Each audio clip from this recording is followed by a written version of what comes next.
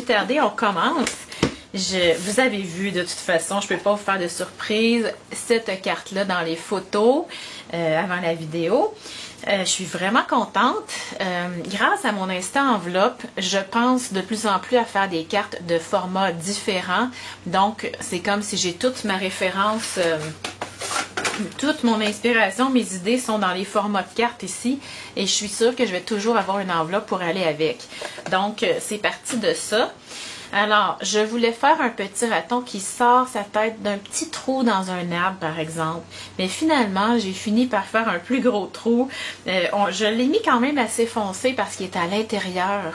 Et sa petite face qui sort, je voulais la faire plus pâle, mais finalement, c'était pas super joli. Alors, j'ai laissé ça comme ça.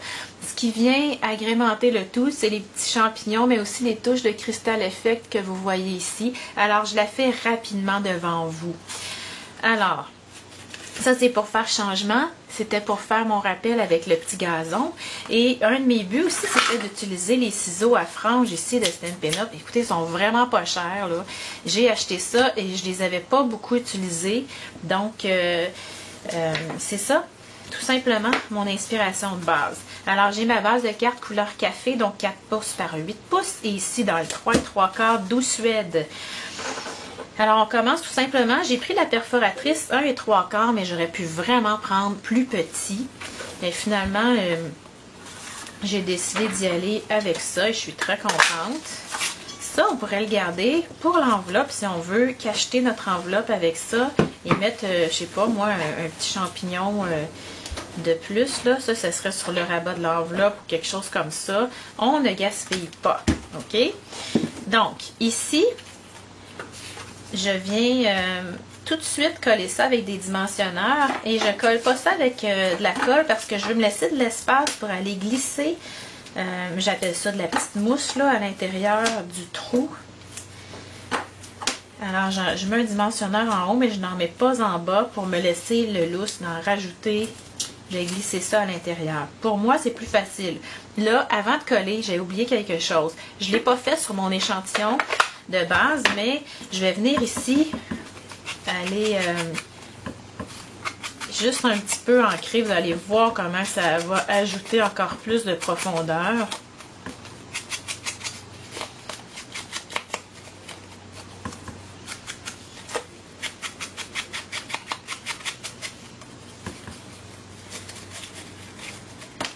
Le trou aussi, c'est important parce que il y a de l'ombre, là. J'avais vraiment oublié de le faire la première fois. Ça irait bien aussi avec un doigt camoufleur, mais voyez-vous, c'est très très rapide. Alors, je viens coller comme ça. Je pourrais même déjà aller faire du montage parce que j'ai étampé ma bulle et j'ai découpé, collé mon texte. Alors, je continue ici. J'ai posé ma bulle et là, je vais aller faire à l'intérieur ici. C'était comme un petit peu, au début, mon idée, c'était d'aller faire un petit peu comme de la mousse imiter. Peut-être que j'ai pas réussi, mais bon. J'ai ici déjà découpé, mais je vais vous montrer les ciseaux. Écoutez, c'est tellement rapide. J'ai pris une bande. Whoopsie! Je savais que ça allait m'arriver. Faut pas y aller trop proche du bord quand même, là. OK, donc, ce que je fais après avoir fait ça, c'est vraiment d'aller ancrer. Ça fait une différence. Donc, je me place ici avec mon éponge qui reste encore du couleur café après. Et des fois, je le fais aussi dans l'autre sens parce que je vais recourber avec mon plioir en os. Ou ça pourrait être avec mes doigts aussi. Je veux que ça soit un petit peu irrégulier, là. Alors, je viens faire mon gazon. Là, il m'en manque un petit bout qui a été arraché, mais ça paraîtra même pas. C'est très rare, hein? Vous me voyez des fois faire des gaffes comme ça, mais c'est très, très, très, très rare que je jette un projet parce que j'ai fait une gaffe. Il y a tout le temps moyen d'aller réparer ça. Et volontairement, j'ai rajouté une petite lisière de gazon en bas. Je trouvais que ça faisait un projet plus habillé. Là, j'arrive pas dans ma longueur, je comprends pas pourquoi. Donc, je vais en prendre ici. Et c'est déchiré, c'est même pas découpé. Voyez-vous comment faut pas être trop à cheval sur la perfection. Ça arrive pile à part ça. OK, et là, après, quand c'est collé, ça va mieux jouer avec. Comme ça. Pas plus compliqué. Et là, je pourrais glisser déjà une lisière à l'intérieur. J'aurais pu ne pas coller ma base puis aller monter par en arrière, mais j'aimais mieux avoir l'effet direct de ce que ça faisait. Et là, je m'arrange vraiment pour que ça soit pas parfait. Je peux en avoir plus croche. Exactement pour que ça apporte un côté plus naturel. Hein? Puis même que ici, j'avais coupé un petit peu pour pas que ça soit tout régulier. Donc, je vais réancrer. Et je vais aller voir si j'ai de la place pour glisser en arrière de ça. Ouais. Et je pense que je collerai même pas. C'est en train de se fondre dans la colle qu'il y a déjà. Voyez-vous, si c'est pas long, là vous allez dire j'ai déjà fait quelques étapes d'avance, j'en conviens. Mais c'est vraiment quelque chose qui est agréable à faire. Ça fait changement de ce que moi je fais d'habitude en tout cas. Là. Ici, on va le mettre un petit peu croche. C'est mes maisons de Schtroumpf. OK, alors on continue. J'ai étampé, ancré en couleur café, mon raton laveur. Vous pourriez faire un ensemble de cartes à offrir en cadeau, particulièrement à quelqu'un qui a des enfants, je trouve, puis aller mettre bon anniversaire, bonne fête ou bravo champion, pour qu'il y ait un ensemble qui puisse remettre à ses amis au courant de l'année quand c'est leur fête. Et vous pourriez varier les animaux avec tout ce qu'il y a ici. Et une petite chose, le fun, ici, on a dans T'es adorable, souris à la vie. On va chercher la petite souris, ça se fait vraiment bien. OK, ici, je veux qu'il reste foncé. Je veux pas qu'il vole la vedette. Dans le sens qu'il est dans le fond du trou, comme j'ai dit tantôt. Hein. Là, ici, j'ai été dans Brune Dune avec mon crayon estompe. Et là, je me casse pas la tête avec les ombres et les lumières. Là. C'est vraiment... on y va rapidement. Ça sera pas plus beau si c'est super étudié. Là. Je vais aller faire juste son contour rapidement.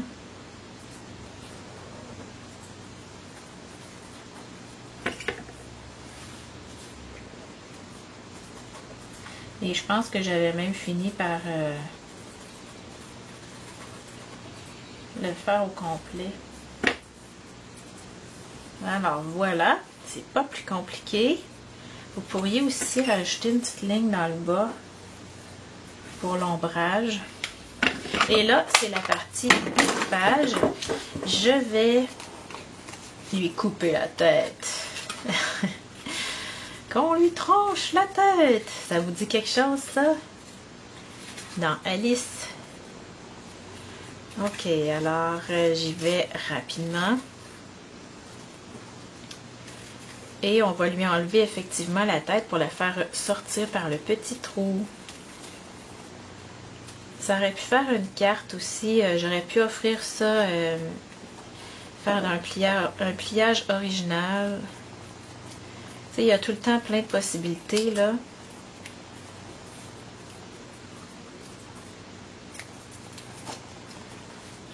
OK, alors la petite partie sur sa tête, là, on va la perdre. Ici, là, je l'enlève. C'est comme la partie de son dos, mais vu que ça sera plus...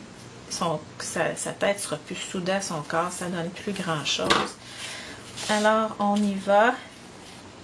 Je voulais que sa queue dépasse et je vais même lui donner une forme. Là, j'ai pas mon plioir proche, là, mais je brise un peu mes fibres pour qu'il y ait du mouvement. Ah, j'ai pas enlevé ici. Quand j'oublie des choses comme ça, je suis sûre que vous vous dites « Ah, elle a oublié ça, puis elle continue. » Effectivement, je finis par m'en rendre compte. J'ai de la misère des fois à parler et à bricoler en même temps. Ça dépend des jours, mais aujourd'hui, c'est particulièrement difficile. La concentration. Bon. je ne veux pas le coller au complet. Et là, il faut que je pense que il faut qu'il soit un petit peu plus par ici pour que la tête... Et là, ça serait le fun de faire bouger la tête, de ne pas nécessairement la garder pareil à l'étampe.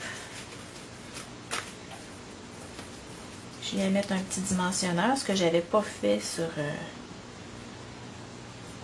comme ça. Dans le fond, il faut que je m'assure de bien cacher. Il lui manque la petite partie de son dos si je mets la tête comme ça, là. Bon, alors, c'est pas mal ça que je voulais comme effet. Ce qui me reste à faire, c'est tout simplement la petite touche magique.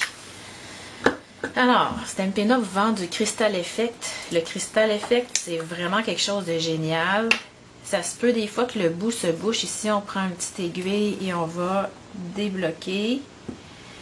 C'est un vernis que j'adore.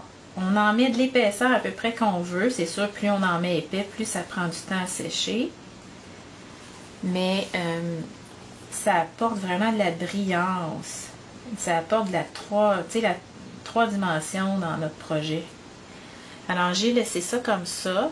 Des fois, si vous faites des fleurs, vous pouvez aller imiter des gouttes d'eau sur vos fleurs avec ça. C'est aussi une colle très puissante, donc pour coller des aimants, des choses pesantes, là.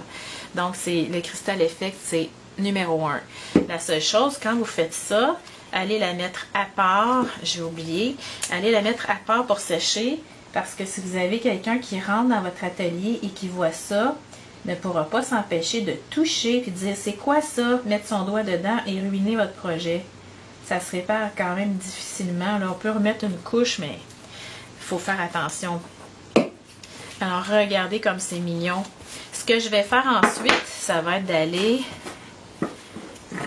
je vais laisser sécher ça. Vous voyez, c'est un petit peu blanc quand on l'applique, mais c'est transparent quand c'est bien sec. J'ai déjà fait mon enveloppe en quelques secondes avec l'instant enveloppe. Je vais aller étamper sur le devant mon étampe hardwood. Et là, vous allez dire, tu fais ça déjà l'enveloppe montée. Et oui, ça me dérange pas vraiment. Parce que je me disais, je couvre pas de toute façon toute la surface. C'était 6 et 7, 8 par 6 et 7, 8 pouces. Donc, je vais aller ancrer hardwood que j'adore. Je m'en suis servi en gaufré en transparent sur du melon mambo. Je sais pas si vous vous en souvenez, mais sur toutes les couleurs, même les couleurs vives, c'est très joli. Et je vais déposer. Vous pouvez également vous servir de votre rouleau. Ah, c'est pas brillant. Le mien, il est un petit peu mouillé, donc il a fait des traces. Ce qui va faire en sorte que je vais aller tamper de l'autre côté pour cacher ces traces-là.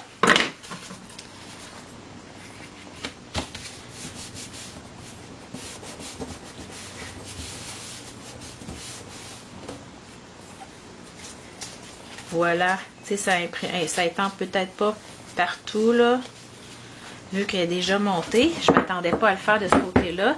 Ce que je peux faire, c'est aller récupérer de l'encre. Ça va vraiment faire un ensemble super le fun. Et ce qu'on pourrait ajouter aussi, bien sûr, je ferai tout, puis j'irai peut-être même atténuer un petit peu ce qui dépasse, là. Et vous, pour que ça soit comme plus intégré. Ce que j'aurais mis, et que je ne prendrai pas le temps de faire probablement, voyez-vous, si j'avais pas étampé de ce côté-là, j'aurais mis ça ici avec mon petit champignon. Là, je trouve qu'il manque une touche de rouge. J'irais tout simplement ajouter peut-être un cercle rouge. Tenez, je vais prendre le temps de le faire devant vous, là. Je vais prendre ce que je peux avoir.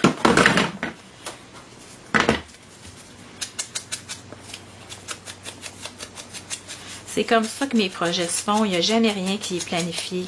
Je me dis tout le temps, j'ai le goût d'utiliser tel jeu ou tel accessoire. Et bingo, ça arrive. Donc, c'est pas tout le temps, c'est jamais, j'allais dire, planifier mon affaire. Même quand je monte des cours en ligne, je veux vraiment que ça se limite toute la gomme puis que ça soit beau. Mais quand je pars, j'ai une idée de la technique que je veux montrer. Et après ça, commencent les essais. C'est pas tout le temps de nombreux essais parce qu'avec l'expérience, on vient qu'on n'a plus besoin d'en faire beaucoup pour savoir ce qui fonctionne pour nous, ce qu'on aime, là. Mais il y a des fois, oui. Je vous dirais, j'ai fini de monter le cours Peigner avec vos encres 3 hier. Ça fait plusieurs journées que je travaillais là-dessus. C'est long quand même. Et il y a des fois où je passe un avant-midi pour une seule carte, là, parce que je veux montrer telle technique, puis je veux élaborer moi-même la technique. Donc, comment on mettrait ça? Comme ça. Voilà. Et là, on peut rajouter des détails à l'infini. Je viendrai mettre encore une petite touche de Crystal Effect. Vous pouvez continuer à la maison, là, si vous avez du temps. Moi, c'est juste parce que je ne veux pas faire des vidéos de 30 minutes, là. Alors, c'est la petite touche finale. Ça va faire un wow. Donc, n'oubliez pas, avec l'instant enveloppe, vous avez le choix. J'ai pu compter combien. Y a une soixantaine de... au moins une cinquantaine de grandeurs de cartes et d'enveloppes assorties. Alors, ça a été le déclencheur pour faire ce superbe petit ensemble rigolo. Alors, je vous souhaite une bonne journée.